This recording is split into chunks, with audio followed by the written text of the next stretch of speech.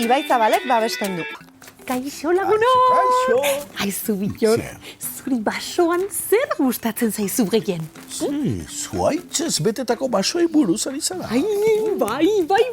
Adibidez, niri begiak itxi eta txoriak entzutea gustatzen zait. Ba niri begiak itxi eta imaginatzea. Esate baterako zuaitzek hitz egiten dutela imaginatzea. Benetan, Bittor, mundiala zara. Aizu, Zer?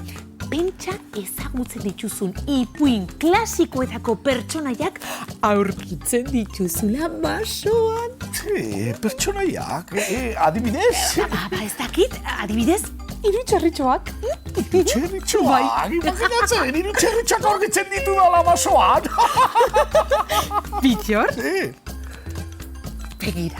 Ara! Begira. Bazen behin, baso magiko bat. Ezagutzen duzuela? Ez. Baina sekulako gogoa piztu zait liburu hau irakurtzeko. Zer buruzkoa da? Ai, ondo entzun lagunok. Bai. Baso misteriotsu bati buruzkoa da. Asko gustatuko zaizu, bai horixe. Eta zuei ere bai. Eta txerritxoak agertzen dira. Bai, besteak beste. Benetan, ni txantxetan ari nintzen, Benetan!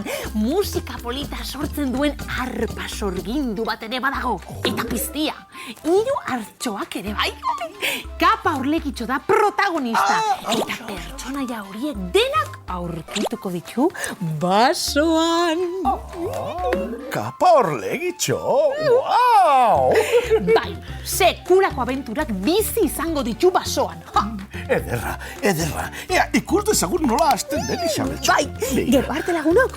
Kapa Orlegitxo basoan ibiltzera joan zen. Ikusi, euritarako bere kapa orlegia jantzita zeukan.